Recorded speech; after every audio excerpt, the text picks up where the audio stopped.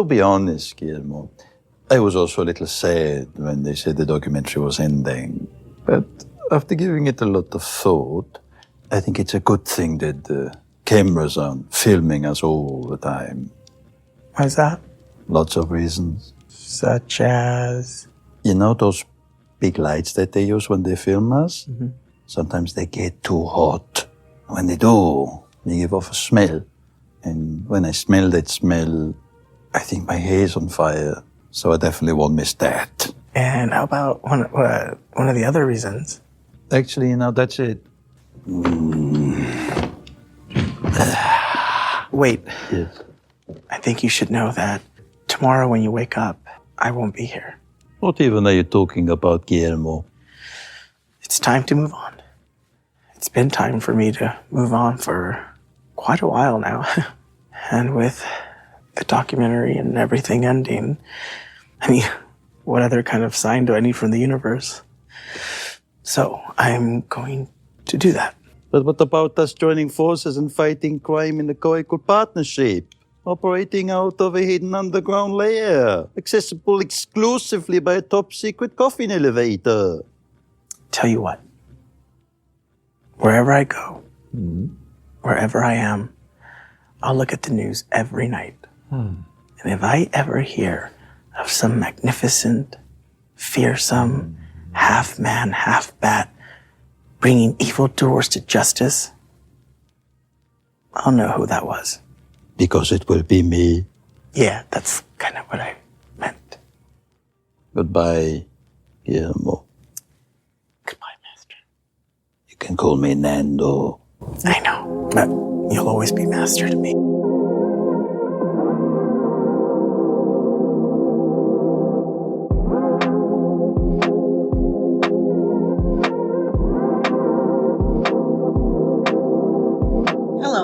Welcome back to What's On Tonight, a podcast with elaborate, quirky, and unpredictable conversations about TV, movies, and more. I'm Becky. And I'm Mandy.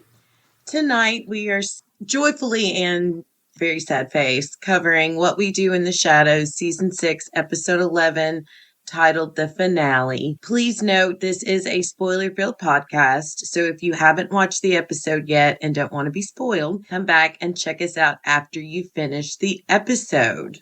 Mandy, could you give us the synopsis for this one? A surprising twist leads to a change of plans. Boy, is that the truth. First impressions, I don't think I could have loved this episode more than I did. I listened back to our previous episode when we were discussing what we want. And aside from not getting a shower scene with Alexander Skarsgård and Robert Pattinson, they gave me everything I wanted. I said I just wanted to see these guys just doing what these guys do. And they gave it. And then just the way it all came together in the end, which we'll go into, and then the alternate endings, which I had only just seen one, and then when you were telling me about the others, was I able to go back and see the different ones. Chef's kiss, just absolutely brilliant. Well done. I thought it was great. I give it 5 nausea alternate endings out of 5. 5 brain scramblies. Yeah. We are all 20% dumber, or 20 IQ points dumber. And I watched all 3 alternate endings, and then I watched the 2 of them several times after that. So I'm really surprised I'm able to talk anymore. I should be like Sean after that one episode.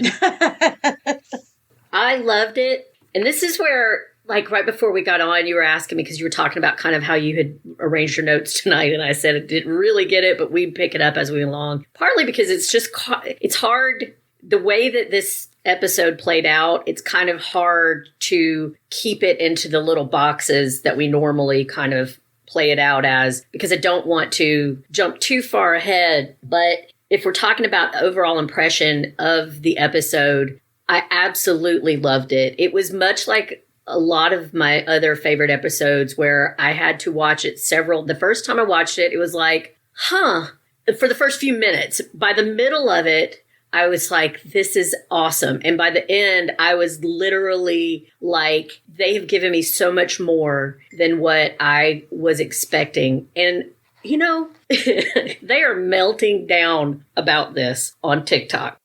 Really? Oh, they hate it. Really? Hate it. That's why I'm trying to, like, I don't know. There's things I want to talk about. I don't know the right place to bring them up because I don't want to get too far ahead because we're going to go through everything that happens. But I will say that one of the things that I found hilarious was that everybody on TikTok absolutely hated it. One of the people, I'm going to quote here, I don't want to be your old boomer uncle, but these kids today, sometimes they're soft and maybe suffering from media literacy issues as well. So this one person on TikTok said, "What we do in the shadows has been the greatest disappointment of my life." What? Boy, I am sad for what your life is like. Right. I'm actually pretty jazzed for them if the greatest disappointment of your life is the ending of a television show. It's very rare that I stop enjoying a show I was obsessed with, but this last season felt like a mimic of what we once had. The characters are acting out of character and not a change that makes sense. It's more sudden and washed down. First of all, sir, I'm going to really need you to edit yourself next time you go sharing your opinions with the general public, because that was just word salad right there. Secondly, I know why they hate it. It's because there was such a lack of consequences and just a zany joie de vivre and all of that went on in the middle seasons, you know, and taking off in season 1, going through season 2 and 3. But this is the final season and they had an agenda. And I think that they really more than delivered on this agenda. It was just like everything else that I love about this show. It was subtle. You could absolutely say that they were parodying themselves in certain episodes, but I think that was kind of the point because as we're going to get to, one of the things that we talked about when we were talking about things that we were looking forward to in the ending and that I think they delivered in spades was this is just showing that these characters have heart and love, but they're not schmaltzy. They're very raw and blue and they don't really change. And that is life. We don't, even when we change, it's incremental. It's a heart. We stay the same people and life just keeps going on even when the big high highs and the low lows, when life is not dramatic, it's still valuable and worthwhile, and that's where the real living happens. And I want to save what I really, really took away from this until the end, but just to sum up, unlike the majority of TikTok, I felt like they did a fantastic job. And when we get towards the end of the show here today, I'm going to read a little bit of the lady from Vulture, the woman who is the reviewer for Vulture. She actually gave them a fantastic review. What? She did. I think that's the first time this entire series she's done that. It was such a unique, well-written, sharp, intelligent show. Firmly believe people are going to find the show in years down the road and it's going to become a huge cult classic. And I think part of what a lot of people don't get about it is every episode doesn't have to be zany. There's so much smart humor in every single episode that I knew the fact that it wasn't going to be as easily digestible as a lot of other comedies out there was what was going to start losing them. People who just don't have the same kind of taste for really subtle, dark humor. And that's exactly what happened. And I think it happened with the critics. They just got bored. They didn't get it. And at the end, they're losing their minds because I think that a lot of what they were doing with this episode went over most people's heads. I think they're going to look back on it and years later and be like, man, maybe it takes getting older. And that's the surprise. When we get to the end of this, I'm going to tell you why all of this reminds me my feelings on death. But now we can move on. Okay. You got that really fun talk to look forward to down the road here. Oh, well, we open up the episode with the monster. He's the little Randy. He's looking to fulfill his monster needs. Dude's horny. And the best part was him following Dolly Naja around and her saying, okay, just make it quick. They could have ended the episode right there. I would have been thrilled. I did see him chasing her, and the Vulture lady did mention that she really wished that she could have seen more of the Dolly Naja and Cravensworth monster relationship. Oh my gosh. I mean, we got so many spinoffs set up here. I did see somewhere, and I don't know if it's a rumor or there's any substance to it, but I saw on Reddit that someone said the guy that plays the Baron hinted at one of the Comic Cons recently that the Baron might be getting a spinoff. Oh, that would be great. Him and Yeah. his little hound and little Guillermo babies. Yeah. That would be cute. If we can't get the Phantom Menace and the Cowboy Kid, then I'll take That's already been taken, Mandy. the Baron and the Sire and all their little Guillermo gross babies. Which brings me to the next part. There was so much background greatness in this scene with Nandor and Guillermo. Just of Nandor's drawings, I could have probably done a podcast alone just on that. When they're talking and Gizmo comes out in his crime fighting outfit as the Cowboy Kid. For a split second, I wanted to be pissed because again, I feel like this is supposed to be what I was wanting was a Guillermo positive episode. And I'm like, here we go, making Guillermo the butt of the joke. But it worked so well. I thought a lot about what you said last week about the Nandor Guillermo dynamic. They're equal footing, but Nandor's always going to see himself as the more superior being. And I let that guide me through this episode, and it made every joke about Guillermo funny. Yeah, Guillermo actually loves that a little bit about Nandor because I think that part of Guillermo's character is he likes caretaking people. I really noticed how well it fit. Did you see Nandor's drawing of Nandor is the Cowboy barely Kid literate. suit? Yes. And how he spelled lair? Yes, I wrote down some of my favorites. Handcuffs. I don't know if you noticed where he drew their lair and he had the weapons and stuff. Here's another way that I think of Guillermo and the Nandor's relationship. And I will say that I think that this is part of Guillermo's character arc is learning to put more boundaries between him and Nandor because part of his personality is wanting to give and give and give. And then he ends up resenting it when it becomes too much. And I think that it's almost like having children. He knows that Nandor is a little bit ridiculous. He's a little bit arrogant. He's a little bit self-centered. And he's come to understand that he will always be more of the parental, even though it seems like he's being taken advantage of. He's learned to put boundaries up so he doesn't let Nandor walk all over him anymore. And he kind of caretakes Nandor while protecting that ridiculous childlike innocence of his. And so anyway, that's what the drawings reminded me of is little kids when they're playing forts. Yeah. And he's got, instead of handcuffs, he's marked that out and wrote ham cuffs, Ham, and super suits, SOOTS. And the Nandor Mobile, that was my favorite. Nandor Mobile, MOBEEL. I could not get enough. I mean, what amazing set design that they put such attention to detail in something that most people probably just, glazed over and didn't even notice. Yeah, I mean, if you don't pause and really stare at it, you're not going to pick up on 90% of what they had there, but it was all so funny. Did you notice that they had Ravensworth's monster is in, like, where he's showing where he's going to dig his tunnel 1,000 feet under the house, and it shows, like, as the tunnel goes down, it shows the monster's room. And it showed Colin sitting in his little room on his computer and everything. Oh, I didn't notice that. I got to go back. Yeah, I didn't have a lot of time, so I didn't get to go. I wanted to go back and look and see if I could find where Laszlo and Nadja were. Oh, I'll have to go back and look too. That sounds funny. I like their conversation where Nandor's got his big plans and Guillermo's basically like, I feel like this is going to end with me doing all the work. And Nandor's like, no, we're an equal partnership. You do some stuff, I do some stuff. And Guillermo's like, well, great, then it's settled. And Nandor's like, if I get busy, you can do some of my stuff. And I loved Guillermo's. There it is. Right, yeah. They gave us so much great Guillermo facial. Oh, that didn't sound good. So many face. Actually, that's what everybody on TikTok's mad about. Apparently, they didn't give us enough of that, if you know what I'm saying. You're kidding me. I thought they filled the episode perfectly with all of those. I thought they did great, too. But a lot of people are mad that they didn't just have a full-on make-out sesh between. Glad I stayed off the internet. Yeah, it's media literacy, man.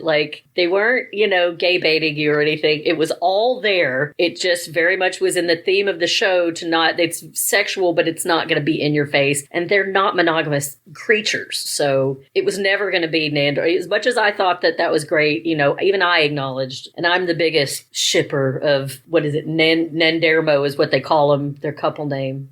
not been like the show to have them riding off as a monogamous couple into the sunset. Well, I kind of feel like they did give the shippers of what I like to call Niermo a little bit of a It wasn't what piece. I asked for. It was better, which is what I consistently get from the show, is that I imagine something and then they're like, I'm going to do you one better. It's going to have more reference and more depth to the joke than you could have ever thought of. I was very happy with how things ended with those two. Same. We'll go more into that later. So the monster, we move into Laszlo and Colin Robinson deciding that because the monster's horny, they need to find him a bride, and they basically have it all put together except the head. And it cracks me up. They decide the guide, or the monster, has taken a liking to. And so many little moments early on when they're all in the room together discussing the documentary ending or the house meeting and all that good stuff. Did you notice a callback to the episode where they found the monster's head, that he's measuring the guide's head? Yes. And then when they're talking and he literally takes the saw out, like he's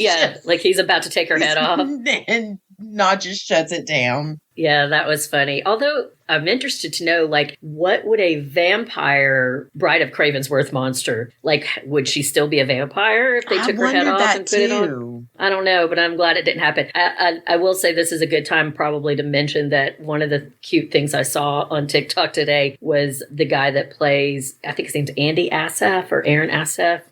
Anyway, Kristen Shaw had him go with her dressed as the guide and him kind of out of costume, but he still had the stitches on his head and some of the makeup, and made him go to the beach and take pictures with her. Oh, that's wonderful. People are walking around just staring at him. It's pretty funny. That's great. Yeah, it was adorable. So we get into the meat of the episode of the finale, is that the documentary crew, which I didn't expect this, so it made it even better, but that the documentary crew has decided they no longer need to follow these people around. Yeah, they got everything they need. Yeah. Hey, before we move on from that, though, I don't want to forget this line. When Laszlo and Colin are doing their talking head, and they're saying that they're thinking that they're going to see if the guide will work, if Nandor will be okay with them using the guide as the Bride of Cravensworth's monster. And they said they're going to take the parts that they don't think Nandor would be that interested in. And they were like, which part? The head? And Colin's like, you know what else? And he's like, boobs. Yes. I made it a point when I go back through and watching the older seasons, if the Colin Robinson boob thing is something that's happened quite a few times before and we just haven't noticed it. Yeah, I wondered about that. They've done such a great job with callbacks. I'm like, there's so much that happens. So many. That I wonder as I go back and watch if it'll pop up, and I hope that's one of them. Yeah, that's a good call. My favorite thing about Guillermo, and again, maybe I should save this for the end, but it's hard, isn't it? Because it's like there's so much feeling here that it's really hard to like compartmentalize it and not jump ahead, because it all kind of ties into each other. It really does. Well, and again, everyone, before we move on, I want to apologize, for our delay in getting this out. For anyone listening, a week ago, or almost 2 weeks ago, my head swelled up like a pumpkin. It was scary, wasn't it? Cravensworth's monster. Oh, I think Cravensworth's monster actually was kind of cute. I was not. I looked like Jerry's head right before it exploded.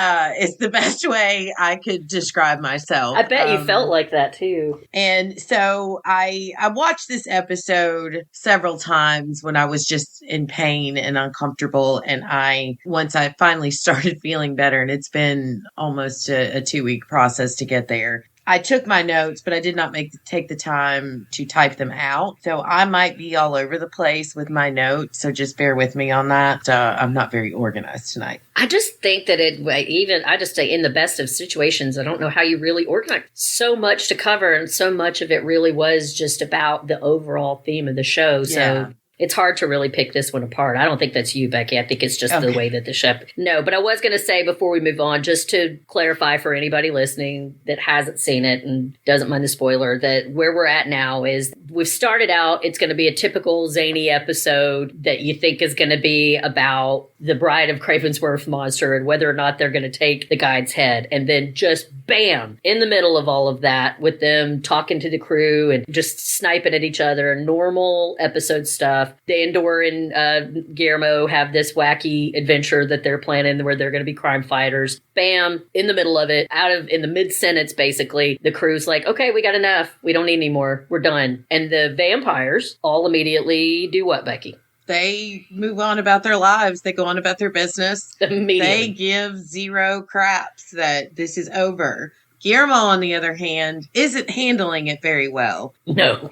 One of the things I want to make sure you don't let me forget is I want to talk about Guillermo's reaction and how much I felt his desire for that perfect ending. I'm going to go ahead and talk about it, and we'll come in and out of it to talk about the other stuff that happened in the episode. But this was my favorite point in the episode. You have Guillermo, who by all accounts technically is the center of this documentary, even though he's not what the documentary is about. It has centered around him. But the show is really about Guillermo. Yes, and it's his growth, his changes, his dealing with these crazy vampires. And yeah, they're in the show. They have to be the show. But it really made me realize how many moments throughout my entire life that I can remember feelings being important and situations being important. And there are moments that we have built up in our heads that we expect this grand finale, so to speak. We do it with TV shows, like Whole Show, for example. You know, we built up in our minds what this finale is going to look like, and it'd be a disappointment or not. But what really got me is how Guillermo is devastated. This thing is coming to an end. And now there were and I think Nadja really gave some advice. So good. One thing, Dolly's like preach when Nadja's dropping her knowledge. Yeah. And why this is affecting Guillermo so different than the rest of the vampires. Thinking about moments that have happened to me in my life where I was expecting this. And then you know me, I am a deeply emotional person. I feel situations in my life that have happened where I, in my mind, expected this perfect ending or this grand finale, and either the people I was involved with did not share in that, and it just, what I thought was something deep and dramatic wasn't to them. It just really made me stop and take stock in life. And I'm sorry I'm rambling, y'all, but I just loved the way they focused on Guillermo wanting to get that perfect ending.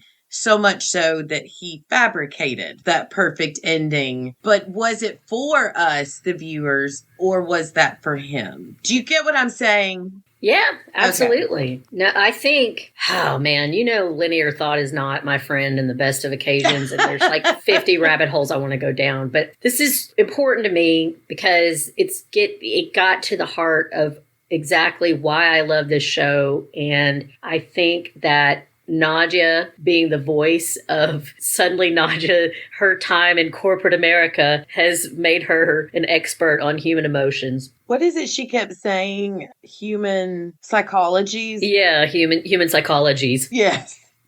But she really dropped some truth. And everything she was saying to Guillermo, I think, could be extrapolated out to these kids on TikTok. And here's what I took away from the show that just made me want to find the writers and give them a great big hug. So in a way, again, Guillermo was really the star of this show. This was about us. In a way, you could look at it as we are all Guillermo. We're humans. We are not these fantastical, immortal beings who get infinite amount of time to just keep doing the same exact things over and over and over again throughout eternity. We don't have that luxury. We are going to die one day. And when she pointed out that what Guillermo is really struggling with is his mortality, and that life can be unpredictable and it can change at the drop of a hat, which can be terrifying. Things that you think are going to be forever never are. And sometimes you don't realize how much you love something or appreciate something until it's snatched away from you. But that is the nature of life. And so one of the things that I kept thinking about while I was watching this is a friend of yours once told me, I do this thing. And she's not wrong. I do this, and I've done this my whole life, where I notice something or I find out something that's bad or sad that upsets me or that is horrifying, and I will try to talk to people about it. I will do this thing where she said it was always like, isn't that terrible? And the way she said it was very much like, you're just a big downer sometimes. And she's not wrong, and we laughed about it. But the reason that I do that is because from the time, in the way that you're a very deep feeler, I'm a really deep thinker. And I don't mean that in an arrogant way. No. I mean, my brain is on fire. It's just going. Part of our yin and yang. Right. It is going all the time. My brain is constantly going. And I have had depression since I was at least 6 years old, because that's the first time I remember having nightmares about nuclear war. I remember, God, I know I'm rambling, but I remember telling my mom a while back that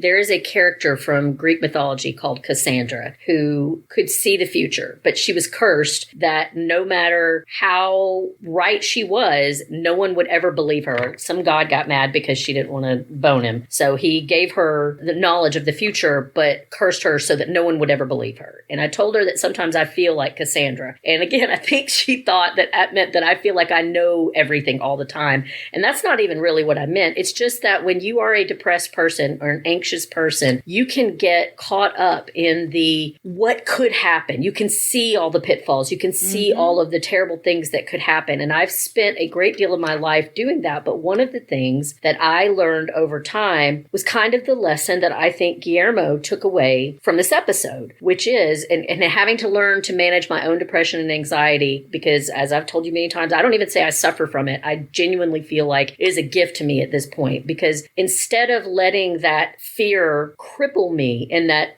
knowledge that we are all, because what I've learned as I've gotten older, and we've talked about this, is that I was a creepy ass kid and a weird ass 20-something who was bringing all her friends down with, isn't that terrible? But what I've noticed in pushing 50 is that a lot of these people are just now looking at their mortality for the first time in their lives. And I've been doing that shit since I was 6. I'm good. I don't love it. I hate the idea that I have to pass one day. I hate the idea that I can't have all the adventures and I can't do all the things. And I think that's what Guillermo was going through, was this idea that all of a sudden, through no fault of his own, no power of his, he was waiting for this moment where it was going to be this big, happy ever after. And what he had to learn is that's not what life is. Life is a series of moments over and over and over again. Some of them are boring as hell. Some of them are terrifying. Some of them are incredibly exciting, but they're all going to end.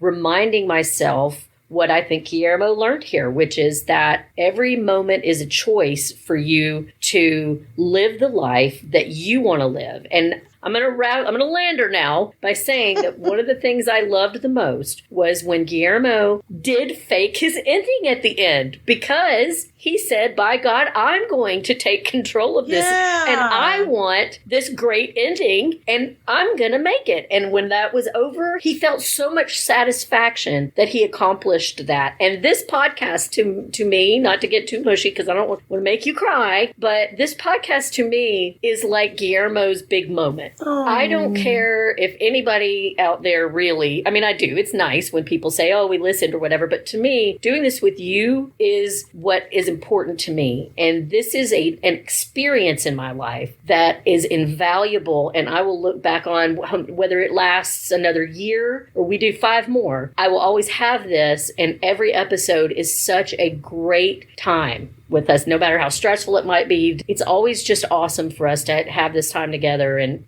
I think that was a lot of what the message of this show was about, to get to the end. I love that. I think that was so well said. And I just want y'all to know, to talk about the thinker that Mandy is. That was really cool. And real quick side note, I too am so grateful that we're on this journey together. I've been wanting to do this for a long time. And when it popped in my head what show I wanted to cover and who I wanted to do this with, it just made sense to me that you would be you're my boy Blue. But also the whole time Mandy's giving this eloquent speech on Guillermo and lessons learned and beautiful ones at that, all I can think of is Colin Robinson saying, "Don't cry because it's over. Smile because it happened." But it's oh my God. Oh, I could have saved myself a lot of words. Oh. But you know what? He's not wrong. He's not. Absolutely not wrong. Everything he said, the moments that take it's it's funny. Cheesy, but it's true. Colin Robinson, and Laszlo did it later, but Colin Robinson's, to me, struck a little bit funnier because we expected of Laszlo. But Colin Robinson is dropping some very cool quotes. Yeah. But why did these vampires need all this to be like they made that up? Why can't they give credit? Because they're just arrogant, especially Laszlo. Yeah, that's true. But before we move from this, I want to say something, Becky, because I want to give you kudos talking about you wanting to do this podcast forever. Because I think, again, this was part of what Guillermo learned. How many people do we know that talk about doing something forever and they never do anything? And because sometimes doing stuff is really hard. Just getting the emotional courage up to do things, different things, have new experiences, learn new things is really hard. But I think it's how we keep going and how we have a good quality of life. So the fact that you didn't just talk about it, you seized the moment when it was there for you, that's remarkable. And it's one of the things I love about you is that you are living your life. You're not just letting your life pass you by. Thank you. There's so much psychologies, as Nadia would say, between me and Mandy that go back. Our friendship has been a very long, beautiful friendship. And nobody knows my psychology's brain better than Mandy because we've shared a lot over the years. And we've helped each other through depressions and anxieties and fears and joys. And it's been amazing. Mandy knows how difficult sometimes it can be for me to trust myself or have faith in myself to just say, okay, I'm going to do this. And the support and encouragement that you and all of our friends given us, it means a lot. And for you to say that, you know me probably better than anybody. I really, really do appreciate that. Well, it's remarkable and you should be proud of yourself. All right, we'll move on. I do want to tell a story real quick before we have a special guest that's just joined us. Before we invite him on, I do want to tell a story about talking about goodbyes. That I had a hard goodbye once. I was waving at a train. Actually, though, turned out it was a flatbed truck with porta potties.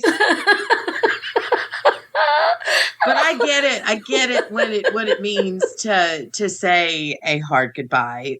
That might have been Nandor's greatest moment of this entire series. Oh, Nandor, you're pretty, but not very bright. All right, before we move on with talks of the episode, Mandy, Remember Our Place, I would like to introduce you guys to the Mark Kirkman, who, thanks to him, I am the voice you hear often on other podcasts and his amazing help getting this podcast together. He's going to jump in and join us for the remainder of the episode. So join me in welcoming Mark. Mark! That was awesome. Cheer, Mandy. I got spirit fingers. Oh, hello. What, where am I? You said speaking of, like, courtesans? Ladies and gentlemen, Nandor. Nandor the Relentless. Sorry, everybody. How you doing, Mark? Doing all right. Everybody, excuse and apologies. I fell asleep, and unfortunately, here I am. We forgot to wake Mark up from the super slumber. From a super You forgot to, my super slumber. Yeah, it's one of those. It's like I wasn't there for the, the roommates meeting at that point. Did you watch the episode, Mark? Oh, I did. What'd you think? I watched. I thought it was hilarious in the sense of how they referenced the movie, let alone the TV show, for all its little nuances and the characters. And then, I love the Batman references. Yeah. And we'll get into that. Yeah, the Batman references were pretty funny. I also saw somewhere on, maybe it was that Vulture review I read, where apparently they were referencing like some of the comics. They were referencing Batman 66 and the Phantom, I think they said. I know 66. I don't know the Phantom. Yeah, I don't either. Mark, you'll have to. Did you see that reference? No, I didn't even see those references. It's so funny. You have to be a deep-seated like DC. And I know I'm Batman not fan, and I am not. Yeah. So, but I was just like, wow, they really went heavy in on this. But the humor is what always attracts me to the show. And that's really what makes me love the show so much. And the way they left it off is that, honestly, if they wanted to ever come back with a different group of vampires, they can. Yeah. I don't want that, though. Not immediately. I would love it as long as they cast great people. But yeah. Jumping back into the episode real quick, when you were talking about the house meeting, I love Nandor telling Guillermo to stop being a little bitch and come down here so we can all be together during your hour of need. Yeah, because Nadia has told him that clearly Guillermo's having some existential crisis and he needs to go up and take care of her, which, suddenly Nadia is caring and maternal. Until she screams. Until she's not. What did she say to him? Was it it's over? Yeah, get over it or whatever. Just so you know, Nandor telling Guillermo to stop being a little bitch. That's pretty much how Mandy gets me back on track when I'm going down a spiral. I am just that sensitive, yes. I liked how they were all reading when they came back down there. I just love that. I mean, first, that just another one of those exquisite moments of why I love that show. And that made me start thinking, Becky, you were talking about wanting to go back and see how many times, if their past seasons, did Colin Robinson say boobs a lot. I want to go back and look and notice how much reading do they do, because I've noticed quite a bit this season it's like Nadia always has a book in her hand. Mm-hmm. and I froze on the book that she's reading. It's Lean In by Sheryl, I think her name's Sheryl Sandberg, the lady that used to be an executive for Facebook, and she wrote this big long book about how women need to be more aggressive in the workforce and lean in, which the attention to detail. I had to freeze it 3 times and put my phone up to my face to see what she was reading. But that's it, which just falls right in line with her being a boss, a powerful businesswoman these days. Well, I want to go into the house meeting and talk about the callback to what Mark mentioned a minute ago was the callback to the original movie. The movie. And as well as the callback to the original, where with the house meeting and talking about clean up the kitchen of your killing area. Cell hygiene. And keep it clean after you do the kill. And then everybody needs to do all their chores that is listed. And if they can't, and then mind you, they do this for every decade or how many, whatever it was, because at the very end of the show, they show it for every clip, for every documentary crew that was there from whatever year it was. It was 1958, yeah. Oh my goodness. When he tells them that this wasn't even the first documentary crew that they'd ever had, and they showed that was a great little twist. The documentary maker that they said, I think it was Maisels Brothers, that they said did that original one from 1958. That they also did Gimme Shelter, the Rolling Stone. They're real people. They did the Rolling Stone Gimme Shelter documentary. That's again another one of those little blink and you missed it moments. I did make note of that because I knew that I didn't recognize the name, but I knew one of y'all would. So I'm glad that you saw that one. I want to talk about Nandor's not Nandor. God, I can't get these people right. Laszlo's greatest hits in this scene. First, where Nandor's talking about them cleaning things up, and Laszlo tells him to shove it up his asshole. yeah. When Laszlo starts his Winky Fingers original words, the guide, how into everything he was saying. Has no idea it's Shakespeare. Yeah, it was just right off the top of his head. He just is original. Matthew Berry will go down in history as one of the greatest character actors ever made. And he's funny. Just an FYI, real quick for y'all, there is a show out there Matthew Berry was in called Garth Marenghi's The Dark Place. It is a spoof on kind of like almost like a soap opera mystery X-Files kind of thing. 6 episodes. They're super short. My son turned me on to them, and they are hilarious. And Matthew Berry is on point. Matthew Berry in that. We are going to cover that at some point together on this podcast. But if you are needing a Matthew Berry fix after the end of this, please check out Garth Marenghi's Dark Place. So, anybody else want to add to Laszlo's moments in the house meeting? No, but I did want to bring up, we haven't talked yet, and I'm sure we'll get more into it when we start talking about the alternate endings that Nadja does the brain scramblies and says, she's going to make you see the most perfect ending you can imagine. There were so many homages to great finales in cinema and TV.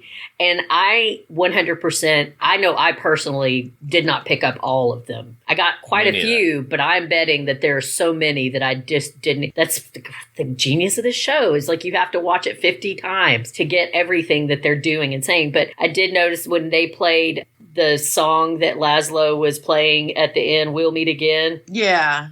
That is at the end of Dr. Strangelove. Oh, okay. Specifically as an homage to great finales in cinematic history, that was in Doctor Strangelove. And I'm sure that that's what they were calling back to. That's pretty cool. I liked Colin Robinson nailing it. And I think this kind of goes back to the episode where they were filming the New York Undercover episode, where he gets his little moment to talk about how so many TV shows screw up the ending. Yeah. Yeah, it got very meta. Yeah. That whole scene got very meta, and it felt very much like they were kind of tweaking those kids on TikTok. That's what I was getting ready to say when he goes on about all of the different reviews and whatnot that he's written on all these different sites. I thought it's like, yeah, that might have been hopefully a middle finger to those people who... I definitely think they were gently tweaking, at least. It was kind of funny, like, as opposed to TikTok, on Reddit, at least the one thread I read, most people there were they were like live, I don't know what you call it when it's Reddit, but they were live reacting to it, I guess, while they were watching it. And most of the people there really loved it. And one of the things they all kept doing was, like, saying hi to Colin Robinson, because obviously he's going to be in that thread, because that's what he does. That's funny. That is very funny. Yeah. I love it how my monster is portrayed in so many different places over the years. I love it how they do that constantly. They show it over the generations as well. Yeah. So it's been like a passion of his, not just for the last season that they have done this, where he's consumed with creating his Laszlo's monster. Yeah. Yeah, that's been a good continuing storyline. And now we know, like you said, back in the 1950s. Did you guys notice that the monster had like a little mini existential crisis when they showed the documentary from the 50s and they showed the monster that he was trying to create His face, when it's the innards fell out. What? I'm not even the first one. I thought it was cute that the guide suggests the perfect ending would be for Guillermo to become a vampire, and Nandor's like, we already did that. We already did that. That was 2 years ago or something like that. Yeah, and not just comment that, we really should have finished the show then. Another great moment for the writers to kind of just get a little something It's like, yeah, we jumped the shark at that point, so we should have just stopped it then. Yeah, because that's what all the commentators were saying. And I thought, yeah, they were voicing what people have been saying on the internet. And then, Guillermo jumping in. Mandy, I need to go back during the rewatch. I feel like them wanting Guillermo to dance. I feel like this has got to be a reoccurring thing that we just don't remember. There's no way that's not a callback. To bring it up twice in the episode. No, I don't know that it was. I kind of just more took it of Laszlo just needs to be entertained all the time. And for Guillermo, this is this great existential crisis. But for Laszlo, it's like, wouldn't it be great to see Guillermo do a little dance here? That'd be a great ending. Like, if we're going to wrap things up, just Guillermo, do your little dance, monkey. I love Laszlo's song. We've had lots of laughs, sucks lots of blood, and fucked each other senseless. Yeah. And what about the guide and her rant on illegal immigration? That was so unexpected. The guide is Magavath. Guillermo's like, we'll edit that out, right? I will say that was the moment that I stopped worrying about whether they were going to make her the bride of... Right. It's like, if you take her head, do what you gotta do. So that's going to bring us into the endings. Yeah. Just to sum up, I know we ran it a lot, but just to clarify, like what most of that was about was everybody trying to help Guillermo get over his existential crisis. I know I've said existential crisis, like we should name the episode that.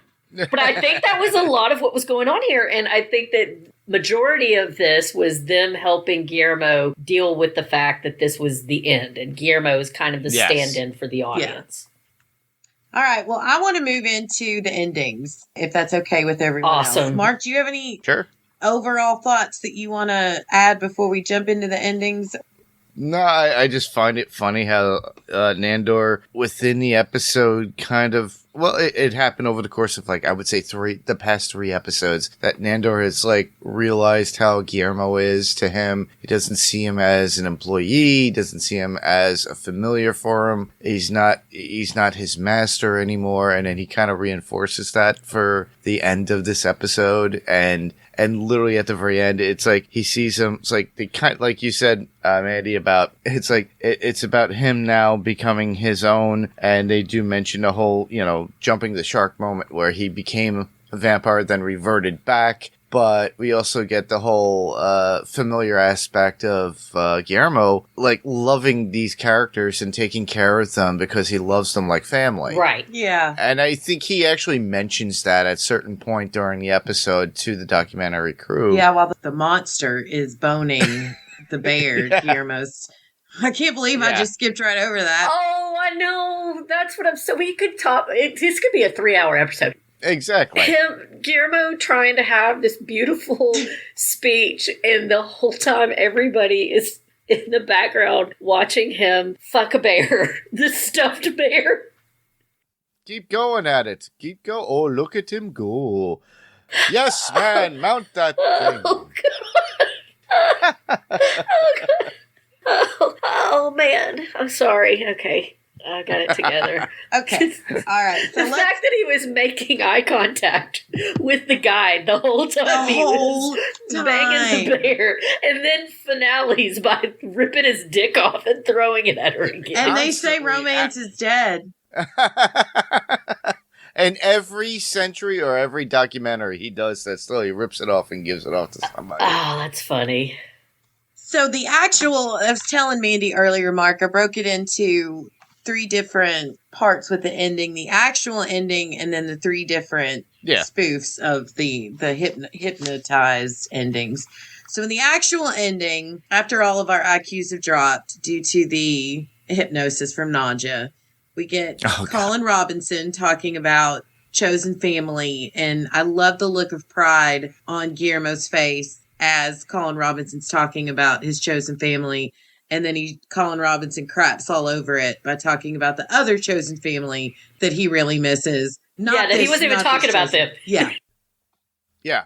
And then Nandor talks about his humble beginnings, things missing, and then again, Guillermo beaming with pride because of everything that's being said. And then Nandor ruins it by talking about his underground lair with coffin entry. And Guillermo, they're like, you just now thought of that. And he's like, thank you for shitting on my dreams. That'd be a great name for this documentary. And then they're in the process still trying to get Guillermo to dance. Yes. Then Nandor tells Guillermo, when Guillermo steps up to make his comments to the camera, that he better make it good and that he has the utmost faith in him, but he better not screw it up. And then Guillermo goes on to what Mark was saying, recounting his time with the vampires, and he's saying all of this beautiful stuff, but they're all, once again, not giving Guillermo any grace whatsoever.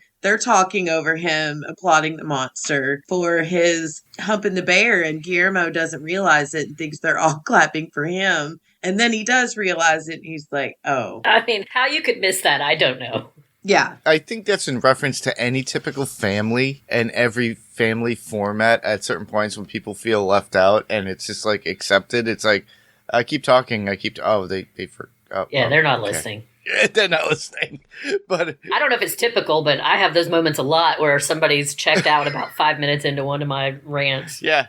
Well, and I was talking earlier in the episode about how I related so well to Guillermo here. And this is one of those points where I felt like I had been Guillermo, back to even my childhood. In my mind, I am saying this deep, profound, incredible thing, be it the song I'm performing on the piano that probably now I realize sounded a lot like 5-year-old doing chopsticks, but I think I sound like I'm at Carnegie Hall. Yeah. Or a poem I've read in front of the classroom that I think is like in A Christmas Story when the teacher is like, just absolutely, it's the best theme she's ever read. That I related so much to Guillermo that you feel as though you're having this amazing... That one moment. Yes, but really, it's like, no, sorry about your luck. That sums up the majority of the profound moments that I think I've had in my life that really...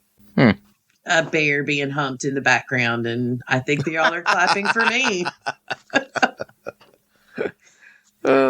So anyway, we're back. We're at the piano moment, and it's very sweet that they're singing this song together. And don't know if anyone heard them Laszlo say again, but without the guide. Yes, I heard that. Have we missed the part where they're talking about Guillermo's shisty relationships with the crew? Oh, yeah. Did we skip over that? We did skip over that. I'm sorry. Go ahead. Yeah, he steals some craft services or something. Yeah, no, that was funny. But what I'm talking about is the fact that Guillermo's apparently been banging the entire crew. Yeah, that's... Oh, yeah, he had an affair with a couple of them. Yeah, if you look at their faces, none of them are denying it. They all are kind of, especially the one that looked like Nandor. They're all kind of like guilty side-eye. Like nobody's jumping up and saying, and Guillermo is definitely not fooling anybody. Yeah, so Guillermo's been getting him some. Well, and to which I say, good for you, Guillermo. Good for you. So it's the ACAM operator. I don't want to skip ahead, but we need to make sure. One of the things I want to talk about when we get to the final scene with him and Nandor. What do you think about? There's some Okay, go ahead. Yeah, let's not skip over that. I'm working my way.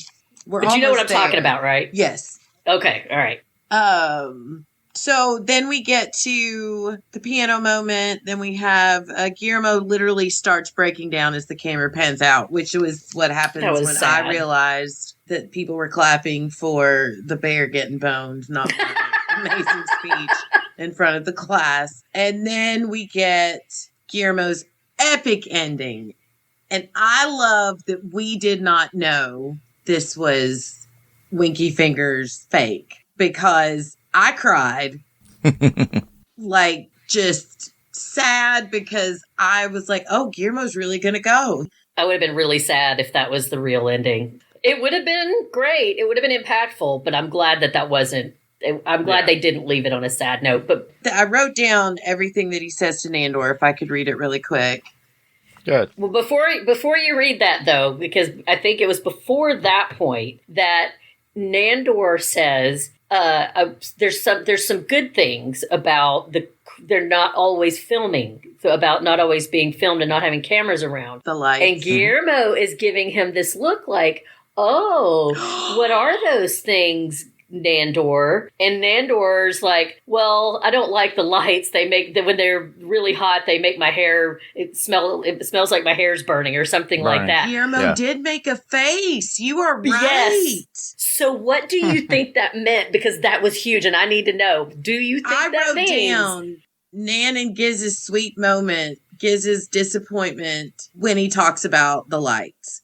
But what do you think it meant? Do you think what he was hinting is that they've been boning this whole time? I took it as just he was going to talk about, his relationship with Guillermo and growing and whatever. As soon as you started to say it, though, I was like, oh, my God. Maybe they did made it bone. so subtle. There was something. Yeah. There was something more than that, I believe, Becky. I can't figure out if they were trying to intimate, because they'd already made this joke about how Guillermo has been quietly doing it with the entire cast. So I don't know if what they were hinting at was that Guillermo was trying to say, oh, what do you like about when the cameras are off? Because that's when we're hooking up. Or was it because he was hoping that this was finally going to be the moment where Nandor was going to say, now that the cameras are off, we can start hooking up? You are my boyfriend now, Guillermo. Yeah. I don't know if that's what he meant, but that's what I'm going with. Well, the best part is the clue to that would be like the evening comedy special for regular affiliates that they have when Nandor wakes up in his own dream. And what Nadja influenced in him going, honey, wake up. And you see Guillermo. Yes. But that was our endings. That's what we were imagining. So, but that's also when we were talking at the beginning in our overall thoughts. They gave us all. It was all something subtle. We were wanting. Yeah, that's exactly what it was supposed to be. But I don't think that is tied to this moment, because one of those is a fantasy that Nadja allegedly created for people to imagine what they wanted to see, and this is supposed to be quote unquote canon. So I'm going to need y'all both to go back and at least rewatch that scene. All right. Do you think that it was Guillermo? Because it was either one of two things. I think they had to be hinting at one of two things. Either they were hinting that Guillermo has been hooking up with Nandor this entire time when the cameras are off, or Guillermo was thinking that Nandor was hinting that he wanted to start hooking up now that they weren't being filmed all the time. I think it's the latter. I think it probably is the latter too, because I have a lot to say about how things really ended. But anyway, all right, go ahead, Becky. Sorry. All right. No, that's a very good observation. All right, so as they wrap up their day together and he's finished brushing Nandor's hair that smells from the light, he says, tomorrow, when you wake up, I won't be here. It's time to move on. It's been time for me for quite a while now. And with the documentary and everything ending, what other sign do I need from the universe? So I'm going to do that. And Nandor protests. And Guillermo says, I'll tell you what, wherever I go, wherever I am, I'll look at the news every night. And if I hear of some magnificent half man, half bat delivering justice, I'll know who it was. And Nandor, not Batman. Right. And Nandor says, goodbye, Giz. And Guillermo says, goodbye, Master. And this is where I cried hard. Yeah. Nandor, you can call me Nandor. And Guillermo says, I know, but you'll always be Master to me. I thought the music choice, the score, was brilliant. Perfect blend for that ending. And I am sobbing like a little baby. And then Guillermo comes back in and he made the whole thing up. He's like, I was going to give you your perfect ending. And he did. Seizing his moment. By the way, I want to say you'll always be Master to me. And some books I've read would have had a very different connotation. Oh, girl. I think in this situation, it might have had its own. Right. I feel like they were leaning into the old book talk crowd. It would have been interesting if he goes, "You had me at master." Yeah. It would have been yet another callback to a great, maybe not a cinematic great, but cinematic nonetheless. I expect a vampire sub erotic book to come out. It's 100% already featuring out Alexander Skarsgård in the shower with Robert Pattinson. Oh, Becky. Wiping off the glitter. Yeah. It's going to be our next project. Our next project, yes. Becoming like what is that, Substack or whatever that they have that you can just write your own stuff and put it on the internet. That'll be our next project. Y'all aren't ready. Oh my God. I'm not ready. Oh. So Nandor, so Gizmo comes back, and then what's he say? So then Nandor wants him to get in. Nandor's like, I thought you were leaving me. And he was like, of course not. I was going to give them their perfect ending. And then he tells Guillermo, I'm going to let you do something I've never done before. Come sit in my coffin with me. The giddiness. No, we got to go back. What? And I'm sorry to cut you off, but I've been waiting for. What did I miss? We need to talk about the way that he said, like before he got to get in my coffin, he was like, Guillermo's, God, he needs more respect. Guillermo. I know, and just note, none of us mean any disrespect when we refer to him as Gizmo.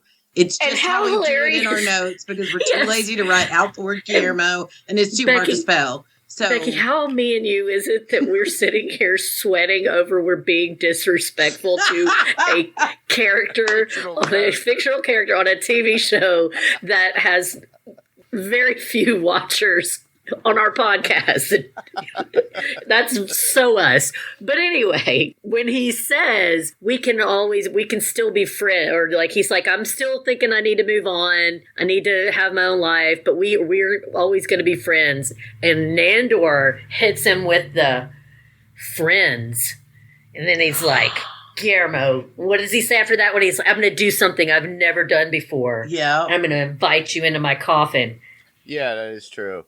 That you are 100% right. I just got so excited about Guillermo's giddiness and like how he was almost like a small child running into the ball pit at the birthday party. I would say your mind's not as dirty as mine, but I know that's not true. Ball pit. He jumped on it.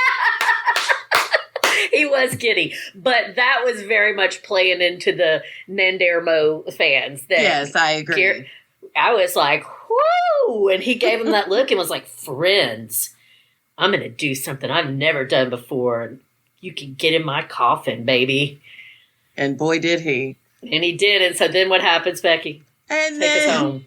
They're having this conversation, and Nandor pulls the little part of the partition down, and by God, there go. Is a machine. There's a layer. There is a layer, an LARE, and they are taking the coffin all they're gonna go down there and down. use them ham cups, baby, is what they're about to do. Chef's freaking kiss.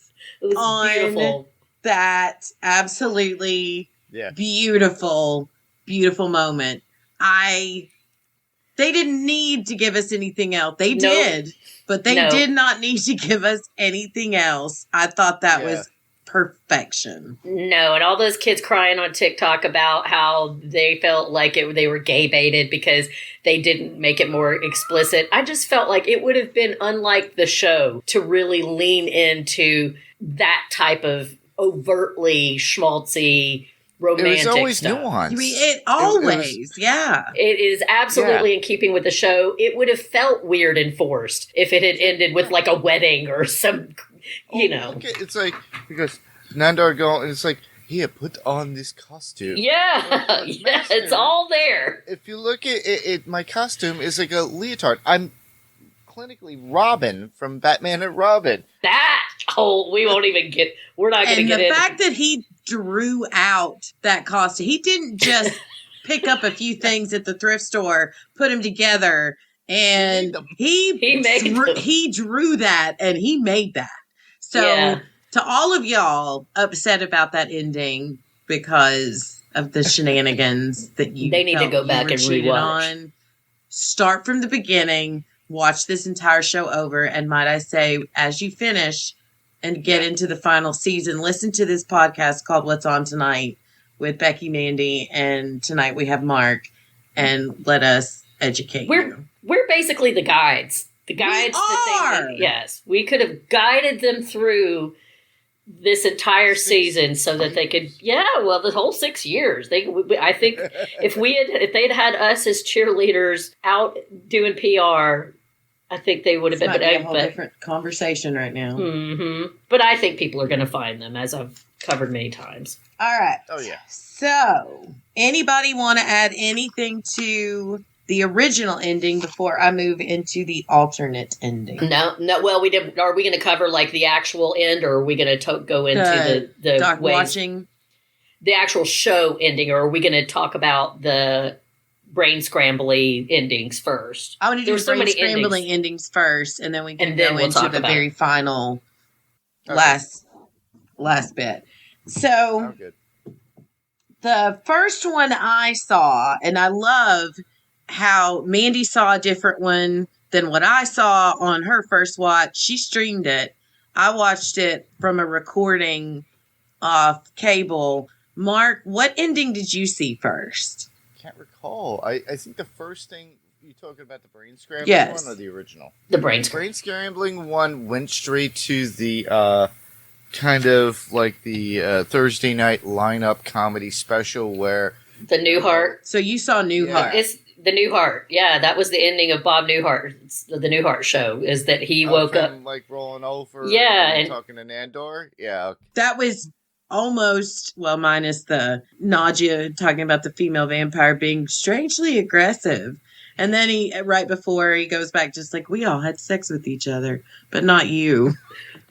Do you know? So the first one that I saw was the Usual Suspects one, which that's the one I saw first. Amazing, but something freaking Hulu, man. So okay, that I saw that, and then I don't remember, like something ticked in my brain that like the way that Nadia framed it, that it was like I was like, why would she say you're gonna see the perfect ending if that was the only? I don't know why, but that's when I Googled it and I saw that there were alternate endings.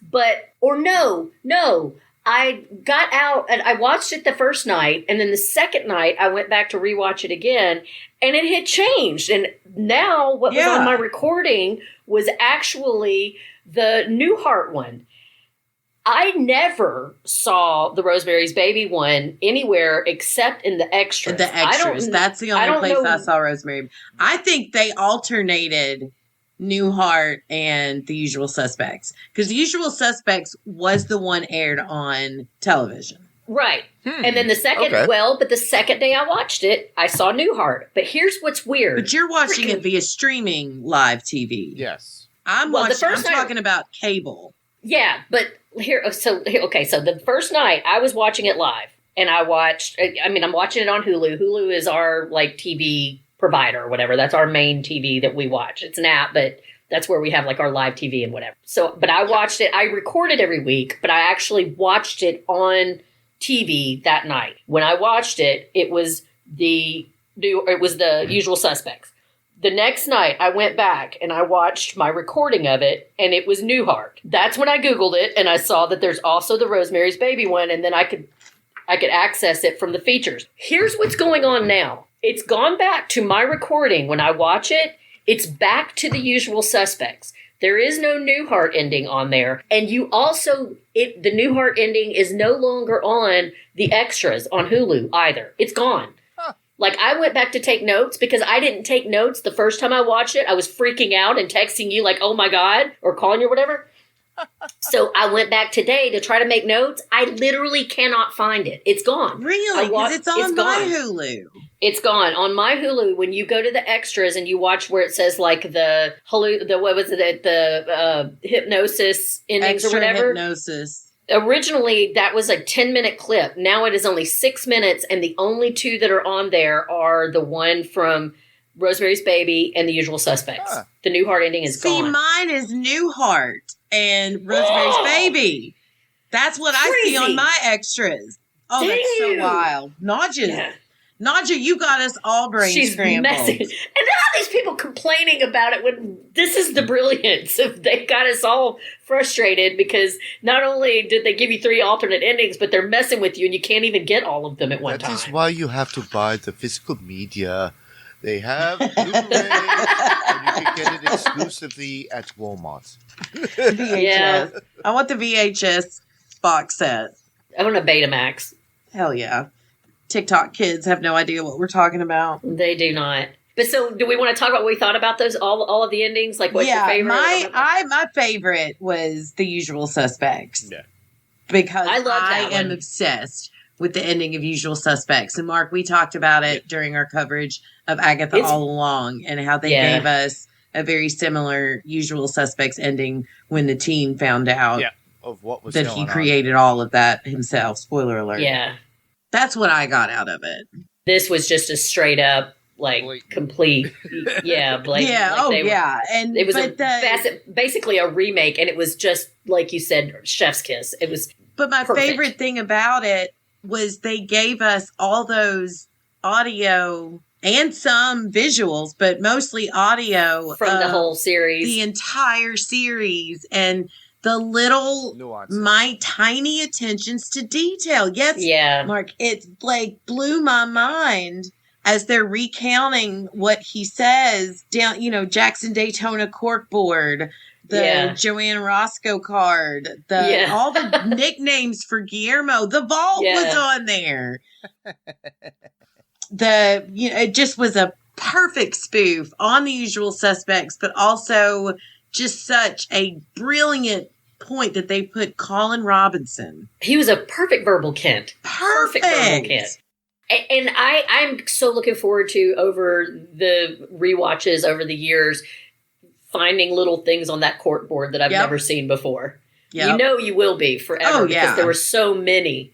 It's like the Friends door in the back of Joey and Chandler's apartment where they have the little thing where you could erase. Sketch pad or whatever, I forgot about that. It's very similar to that, so you got to look into those little things. See, now I'm going to have to do that now, too. Yeah, and he did a great job doing that. Verbal Kent's, Mark Prosh's, his whole speech pattern changed, and he sounded like verbal. Like he did it. The walk, all of it. As he left the station. The way he said, fuck you. Just everything about it. He did it was great. And Kristen Shaw, it was so cute to see her as herself. Yes. Using her real dark, accent. Curly hair. Yeah. And Shawnee being her partner. I do like except the Newhart ending. I do also, and that was my favorite part when we get to Rosemary's Baby, is everyone they cast in that was originally part of the show. But so The Usual Suspects was my favorite. Do you guys want to? So Mandy, why don't you talk about the Newhart one? Well, that's the one I can't really talk that much about because that's the one that I didn't write the notes down, and now I can't find it anywhere online. Which is so ironic because how that was the one. I can't say I have a favorite. They were all awesome. I loved all of them, and that one I loved. Of course, first of all, I was a huge Newhart fan. Mm-hmm. I loved that show as a kid. Larry and his brother Daryl and his other brother Daryl. Yeah, I did a 4 or 5 episode rewatch just this year when it was really. Yeah, just a few months ago. It was cold for whatever reason. It was rainy or whatever, and I watched 4 or 5 episodes one weekend, and it's still hilarious. Bob Newhart, he is an underrated genius with this generation because his humor is just so really, really dry. So I loved that they did that, but I don't even remember exactly how they landed that. Kept going on about how he goes, I was living in a house. I was in Staten Island, and I was a vampire. I was living there with 3 other vampires. One who bored people to death on purpose. And then you had one who was very pompous and over-sexual. And then a woman who had some weird little dolly that... She was super aggressive. And was very aggressive. And then there was you, honey. But you were our servant. He goes, you're familiar? Yeah. You were just underneath us, doing everything for us. Like, And he says, no more Japanese food for you before you go to bed. And that's when he says, and we were all having sex with each other. Or we were all sleeping, but not with you. You were always excluded or something. And it was the funniest. It was awesome. Yeah, It made, because I remember seeing the Newhart finale when it happened. I was mad as a kid. I thought it was genius. Oh, I hated it. Oh my God, it wasn't something that we'd ever seen in our generation. It was brilliant. No, it was like a flashback for us because it kind of gave that VHS vibe of when you see that. Yeah, the way they shot it, it was all like seven. Yeah, well, if you notice, that was one of the things I noticed again. God, these people, the attention to detail with The Usual Suspects, it would be very easy to just assume that it was modern day or that it was 2024. But if you notice, all of the tech and all of it was 90s. It was all 90s era, the fax machine, the computers were the huge desktop computers, all of that. Mm-hmm. And then when they did Newhart, they had like that grainy kind of soft glow look that Newhart had. But the original Newhart ending, I don't know, you guys may know this, but Bob Newhart had a show in the 60s or 70s. Yes. That was a massive show. Yeah. But that was before my time. I never watched 1 minute of the original Newhart show. My Newhart was the 80s Newhart with, the ending of the original Newhart was him waking up in bed with the wife from the first Newhart show. Mm-hmm. I hated it. I was so mad that he was cheating on Joanna with whoever this skanky fake Newhart, Mrs. Newhart was. So, but now, as an adult, it was brilliant. Nobody did that. You can understand it now and appreciate it. That's the whole thing. Oh, for sure. Yeah. It was a huge risk at the time. Like, people could... I imagine that there were a lot of grown adults who were mad about it. And I imagine Bob Newhart was like... Because it was brilliant. Sure. It was, no one had ever... It was very daring. It was a very daring, different thing to do with a series finale at that time, when everybody's expecting like a perfect, happy ending. So you can see why this was one of the episodes that they picked to... I think that they were very deliberate in their choices of honoring what they thought were really good endings of movies and TV shows throughout history. Now, the one thing I'm going to say something that's probably going to get me disowned, but I have never seen Rosemary's Baby. Really? You're not going to get any flack Never from me. seen it. I watched the ending, What We Do in the Shadows ending, and I recognized like the eerie music and the scene of her with the knife walking down. I knew I'd seen that in clips and whatnot before, but I didn't know anything about the baby or any of that stuff.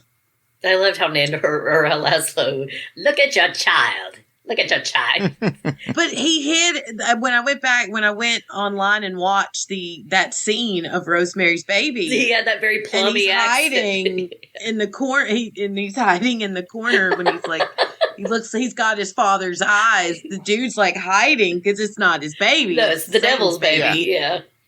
But then baby Colin Robinson.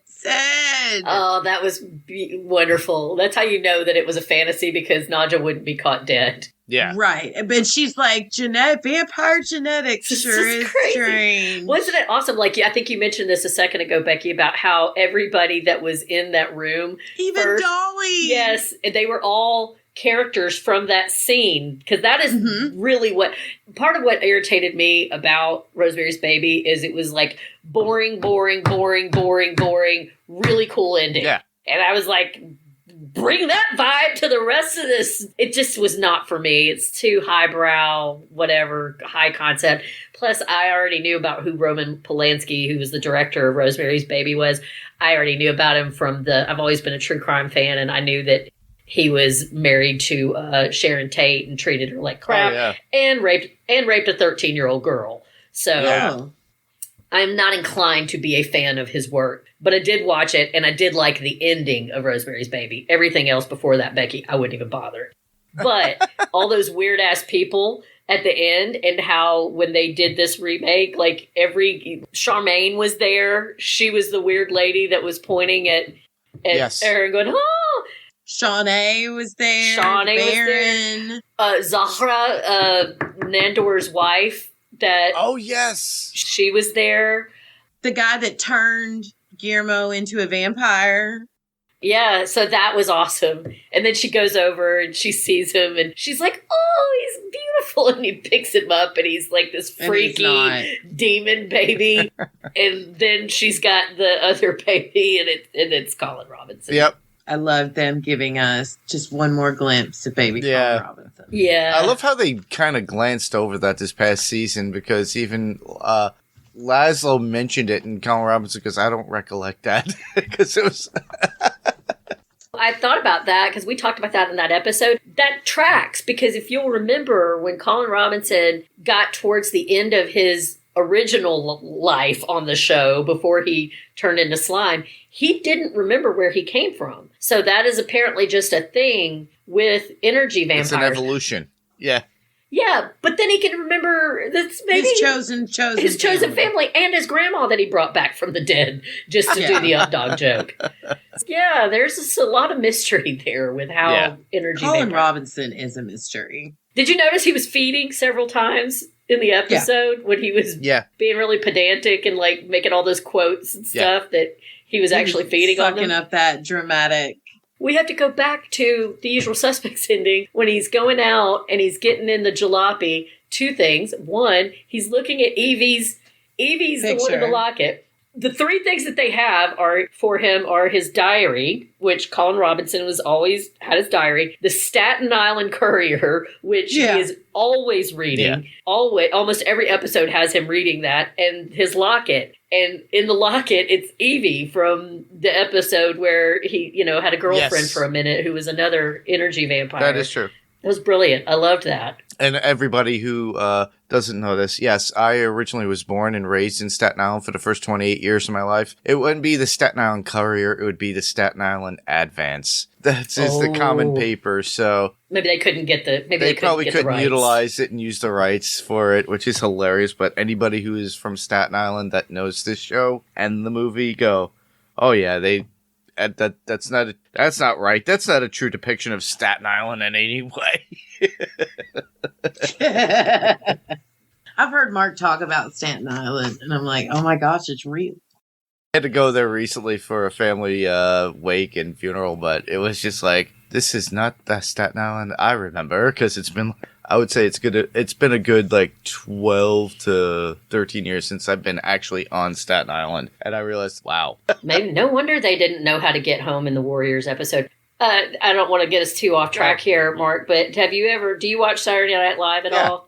Have you ever seen the jokes between Pete Davidson and Colin Jost about the different way that they are perceived on Staten Island? How, Pete Davidson, everybody hates him there because he always is slagging on it. And like they love Colin Jost. He's like their golden boy. Yep. Yeah. It's funny. It is funny. All right. So is there anything else anybody wants to say about the ending? I know we have them all sitting together watching the documentary in like the final however minutes of the episode. Well, the only thing I could say is, like I mentioned before, is the comparison to the previous documentaries, and it's redundant, and then we have the comparison to the same conversation in the very beginning of the movie version for every conversation with the house meeting, and it's Nandor at this point instead of Taika Waititi at this point, giving that same speech of, the kill room or the kitchen or whatever and cleaning it up. Yeah, they did that in the very first episode of this series, too. And I had actually forgotten that until you mentioned it, that was originally from... I remember them having a house meeting at the beginning of the movie, but I had forgotten that it was pretty much verbatim. It was basically the same conversation. I liked how Colin Robinson didn't even wait for it to get. He's like, yeah, I get it. I get the gist. And he's like, I see where they're going with it. That like made me laugh because, as Becky mentioned, I was very briefly on Jeopardy, and that was pretty much my feeling about watching myself back on television. I was Colin Robinson. I was like, I lived it. I don't need to rewatch it. Thanks. Kind of like how I was on MTV. Okay, I got you. Yeah, it's just creepy and weird in a way. I love acting. And I used to do theater, and I don't have any problem. It's not stage fright or any of that. It's something about Judging yourself. It's almost like it's more artificial in a way. Yeah. Because you're not being a character. The character's supposed to be you. And that I don't like. It just feels more artificial even than doing a play or a movie. It's just all so scripted. And I don't know. I did not enjoy it. You didn't convince yourself as the character is what it is. I guess not. Yeah, actually, it's funny, too. Matt LeBlanc says the same exact thing in the Friends reunion on Max, if you watch it, about how when he watches himself in older episodes in the show, and he's like, I can't really watch it because it's just like, I'm not even fooling myself at this, that I'm this character doing this thing. And it's just like, yeah, I know the feeling, kind of like how it was when, if you, do you want to be a VJ on MTV back in the day when I tried out? And, I was like, I did it as a lark and just for fun, waiting online for about 2 hours in Manhattan. And then you like 2 minutes of fame of being on camera and you get like, I don't know what the hell I'm doing. And then, or doing live shows and playing music on stage with bands and stuff. And I see video, I'm like, yeah, that's not really me. Yeah, it was something very specifically about playing yourself as a character. You kind of hit the nail on the head that's the part I did not enjoy. Yeah. I didn't enjoy that at all. But anyway. Yeah, we digressed way too much. Yeah. Yeah, I see. I really wanted to name that podcast. Could have been, but I digressed. Already out there. Yeah. But nope, yeah, that's it. It was great. I loved it. No notes. Mark? Nope, I have nothing else to add, but no notes. But I love what you guys have been doing this whole time with this season for what we. It's been great. In the shadows, yeah. It has been an amazing time. And I know I've told you this, but I appreciate so much you allowing me to do this with Becky because it's just been so much fun. Oh. I love it. I love every moment of it. It's really, really a good time. It works out when you have two friends who've been talking about this for a long time and they need to come together. Yeah. It's just so casual. And otherwise, if it wasn't, it sounds scripted. It's like, well, what did you think? Oh, no. Right. That's the kind of stuff I don't enjoy. No, you have to have that cool water cooler conversation that you have at work or just sitting around, even if it's not the right thing to say, everybody. It's like, come on, we all have those conversations. Or maybe it's just that's me. what makes it more fun. That's why I'm liking podcasting more. You know, I was kind of curious because that was my last foray into doing anything in a public nature, and I didn't enjoy it. But this is a lot of fun because it's natural. These are the conversations that we have with each other all the time. Yeah. It's very, very little scripting to it. Exactly. It's just setting up the document to have a conversation about something you enjoy. And sometimes you go off the beaten track, but you have fun in general. And then Becky gets to get experience with editing. Oh, that too. Oh, this one's going to be, I don't know how I'm going to pull this one off.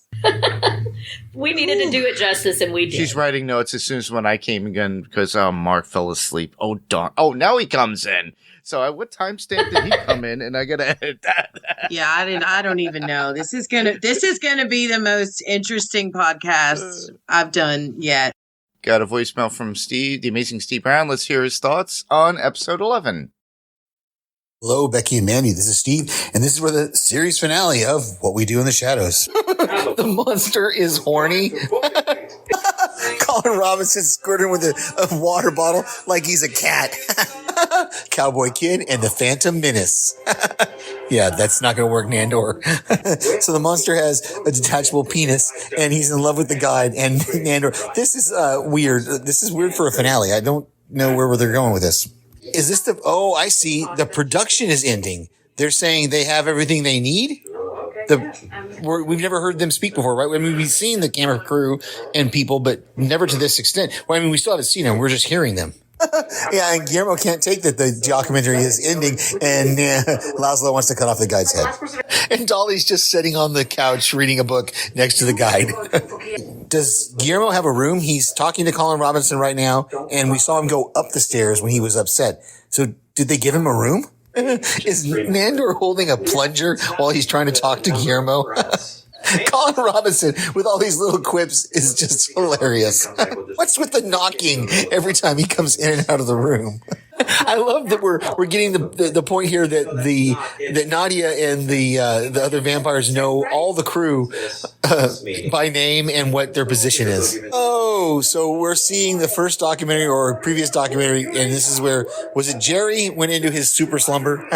This black and white footage is great. They just repeat everything they've done before. And the return of Jackie Daytona, even briefly. Oh, Nadia's whatever voice, the "It's Over" was crazy. Yes, an ending has to be good and has to mean something, Guillermo. Right. Wow, this is depressing, Guillermo. Verbalizing that no one has grown or changed over the last 6 years. I mean, except him. He's changed and grown over the years. Edit out the MAGA vamp. Oh, Nadia just hypnotized the audience, and we're seeing what looks like the end of the Newhart, the Bob Newhart show ending finale, right? And it's Nandor and Guillermo in bed together. And they got a laugh track over it as well, as Nandor is giving a breakdown of the entire series. It's all a dream. I love it. Colin Robinson saying that he preferred his chosen family, his blood family over his Yeah, that whole story about 1906. They just want Guillermo to sing and dance. Oh, Guillermo's giving this very impassioned speech, and what is Monster doing in the background? It's always something going on in the background. I don't even know what to comment. So now Laszlo's and the group are going to sing. Isn't the song they're singing the one from the end of The Shining with Jack Nicholson? Oh, this is so touching. Between Guillermo and Nandor and the whole "you can call me Nandor" and I know, very similar to The Empire Strikes Back whole thing, "I love you, I know," between Solo and Leia. And I'm going super long, but it's almost over. Well, I guess that's it. It's just playing. They're trying to end the production, and Guillermo comes back in the tag at the end of the episode. What's going on? Wait, does he already have the elevator thing set up to go to the submarine lair? Nandor's what? Are we going to get the spinoff? Probably not, but wow. I love the tag with the final viewing of the documentary having the same stuff they did before. Thank you so much, Steve, for the amazing feedback. We have really enjoyed hearing your thoughts on what we do in the shadows, and we do hope that you will continue on this journey with us when we move on to the next show. Hot off the press, we got a Facebook comment from Laura Willie Swink, and I shall read it now. Hey, ladies. Well, that was an interesting finale. I mentioned in my last feedback that it did not feel like the show was building up to a finale, that it felt like we were still midway through the episode, and that was this episode. Literally in the middle of a story about pondering how to remove the guide's head to create a bride for the monster. And she says in parentheses, an episode we will sadly never get to see. The crew is packing up and leaving, just like that. The show was full of cheeky, hilarious humor, as always, with great callbacks to earlier seasons. But up until the very end, it felt very Winky Fingers mid for a finale.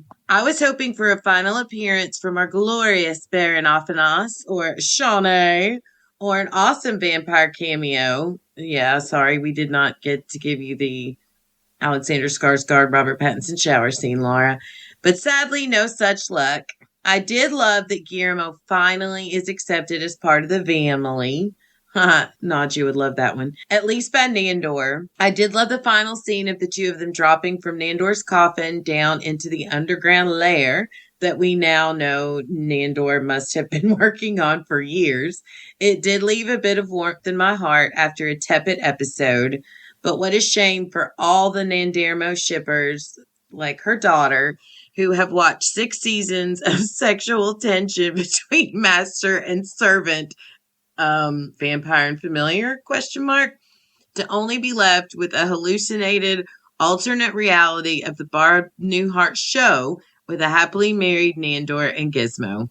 Well, I can't say I loved it or hated it, but I'm just happy they ended on a high note and truly loved the ride. If you gals are taking any suggestions for future series watching, might I suggest The Great with Elle Fanning and Nicholas Hoult. It's funny, dramatic, naughty, and a bit bonkers. I totally loved it. Happy New Year, and I look forward to the next podcast. That show, The Great, is amazing. And that is, I don't know, Mandy, have you watched that one? I tried it. You know, I'm not a big TV watcher. I liked it. I love Elle Fanning. It's just one of, especially, I've told you this before. I know that it's not supposed to be completely historically accurate, but it just scratches my brain the wrong way. Well, Laura, maybe you can come on as a guest on the podcast, and we could do a fun little coverage. I hope she listens to this and sees the episode in a different way. I do too. I really do too. I see. Yeah. I see a lot of where she's coming from, and I get it. But I do hope that listening to us for the last 14 hours ramble on about our thoughts on this episode, Laura, I hope it made you feel a little bit better about the ending. And thank you so much for the feedback. It means the world to me when we check comments or email and see thoughts from our listeners. We greatly appreciate it. And if you would like to leave us some feedback or just say hi, you can email or send us a voicemail as an attachment to whatsontonight2@gmail.com. You can visit our Facebook page where there will be a post for the next episode, and you can leave feedback in the comments section or send us a message through Facebook Messenger. We can be found on Instagram as well at What's On Tonight Podcast 2. We would greatly appreciate it if you would leave a review, comment, and or share on your podcast listening app of choice. And now that we have wrapped our coverage of what we do in the shadows, we, mainly me, are very excited to announce that we are going to be covering, drumroll please, the new medical drama with my true celebrity love, The Pit, starring the amazing Noah Wyle. The Pit is about the daily lives of healthcare professionals in a Pittsburgh hospital as they juggle personal crisis, workplace politics, and the emotional toll of treating critically ill patients, revealing the resilience required in their noble calling. Neat little format they're doing. It's a lot like those of you who are fans of the TV show 24. It's going to be, just be more 15. It's going to be 15 episodes, and each episode is going to cover 1 hour of a 15-hour shift. I am super excited about this one. I'm hoping Mandy will love it, and I'm hoping that it will live up to my expectations. I think I will. I mean, it's not normally, I don't normally watch dramas like that when they're on network television, but this looks like it's a little bit more gritty, and I love that it's going to be a short form and that it's 1 hour for every real, quote unquote, real hour of the shift. I think that's a really good conceit. Yeah. And from what I saw of the preview, it looks really good. I think I'm going to enjoy it. But what I'm really excited about is that once we wrap up coverage on The Pit, we are going to do a rewatch of one of my favorite shows of all time, Orange is the New Black. I loved it the first time. I've never rewatched it, so I'm kind of excited to go back, and especially all these years later in our current state of affairs, I'm really interested to go back and see how it is. Yeah, it's going to break my heart all over again. Yeah, I always enjoyed that show. I remember when it first appeared on Netflix, and I came in about a year after it started the first season. Oh, fun. And I got my mother involved. She started watching it. She goes, "Oh my God, you just watch this because women get naked in a person." I'm like, that's kind of a bonus, Mom. I said, not really. But I also said, I made a comment recently about it. I'm like, if you look at it, Piper is pretty much the bad person in the show. If you think about, not many people like Piper. And for those of you who are listening, it's pretty funny. Where I work, I live in upstate New York. I live in Putnam County, but I work in Danbury, Connecticut. The prison in reality is not in Litchfield. It's near Danbury in New Fairfield. Look at Mark dropping the geographic knowledge on us tonight. An old girlfriend of mine, her mother was a guard there. Oh, yeah. I was very much a fan of that show, just like anybody else. And I just loved the fact that it was based on some sort of reality. A lot of it is twisted. But for those of you who have not watched the show, go back and watch it. Just go watch it. It's out there on Netflix. And then watch along with Mandy and Becky as they cover it. So please do. All right, so let's move on to podcast recommendations and or anything else that you all would like to share. We shall start with Mandy.